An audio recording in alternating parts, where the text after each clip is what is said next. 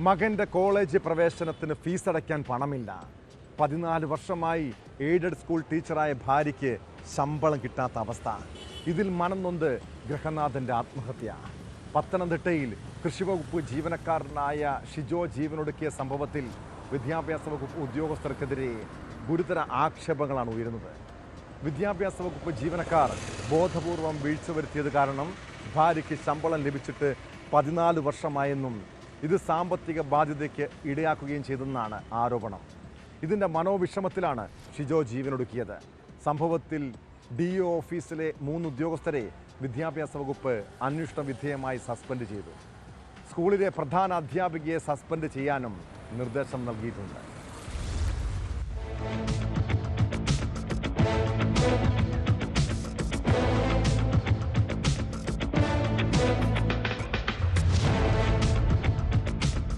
കൃഷിവകുപ്പ് ജീവനക്കാരനായ ഷിജോയുടെ മരണത്തിലാണ് വിദ്യാഭ്യാസ വകുപ്പ് ഉദ്യോഗസ്ഥരെ വിമർശിച്ച് കുടുംബം രംഗത്തെത്തിയത്.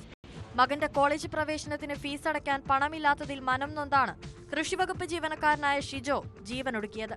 14 വർഷമായി എയ്ഡഡ് സ്കൂൾ ടീച്ചറായ ഭാര്യയ്ക്ക് ശമ്പളം കിട്ടാത്തതാണ് പ്രതിസന്ധിക്ക് കാരണം.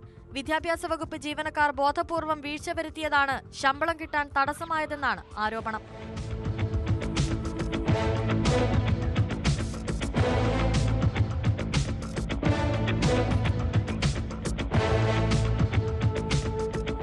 ശമ്പളം നൽകാൻ നടപടി സ്വീകരിക്കണമെന്ന് ഹൈക്കോടതി ഉത്തരവിട്ടിരുന്നു. വിദ്യാഭ്യാസ മന്ത്രിയും മന്ത്രിയുടെ ഓഫീസും അനുകൂല നിലപാടുമെടുത്തു. എന്നാൽ DE ഓഫീസിലെ ജീവനക്കാർ തടസ്സം നിന്നതാണ് പ്രതിസന്ധി കൂട്ടിയതെന്നാണ് ആരോപണം. ഇതിൽ മനം നൊന്താണ് ഷിജോ ജീവനൊടുക്കിയതെന്ന് പിതാവ് ത്യാഗരാജൻ ആരോപിക്കുന്നു. നമ്മൾ എല്ലാ രേഖകളും എഴുതി റെഡിയാക്കി 14 വർഷത്തെ ശമ്പളത്തിൻ്റെ എല്ലാ രേഖകളും എഴുതി അവിടുത്തെ ഹെഡ് മിസ്സസ് 3/2/2025 അവിടെ ഹാജരാക്കിയിട്ടുണ്ട്. അവിടെ കയ്യിൽ എല്ലാ രേഖയുണ്ട്. അതവർക്ക് നോക്കി ഒന്ന് സബ്മിറ്റ് ചെയ്ത് കഴിഞ്ഞാൽ അങ്ങ് എടുക്കാമെന്നുള്ളൂ. 10 മിനിറ്റ് എടുത്ത കാര്യമുള്ളൂ. പക്ഷെ അവർ ചെയ്യില്ല. അങ്ങനെ കയറി ഇറങ്ങി നടന്ന് കുഞ്ഞിന് ഇപ്പം കൊച്ചുമകന് അഡ്മിഷൻ കിട്ടി എഞ്ചിനീയറിങ്ങിന്. അപ്പം അതിന് പോകാൻ പൈസ വേണം. ആ മനോവേദന മകൻ ചെയ്യുകയാണ്. ഷിജോയുടെ മകന് ഈറോഡിലെ എഞ്ചിനീയറിംഗ് കോളേജിൽ പ്രവേശനം ലഭിച്ചിരുന്നു. ആവശ്യമായ പണം നൽകാൻ കഴിയാതെ വന്നതും ഷിജോയെ മനപ്രയാസത്തിലാക്കിയിരുന്നു. ഇതാണ് ആത്മഹത്യയിലേക്ക് നയിച്ചതെന്നാണ് ആരോപണം.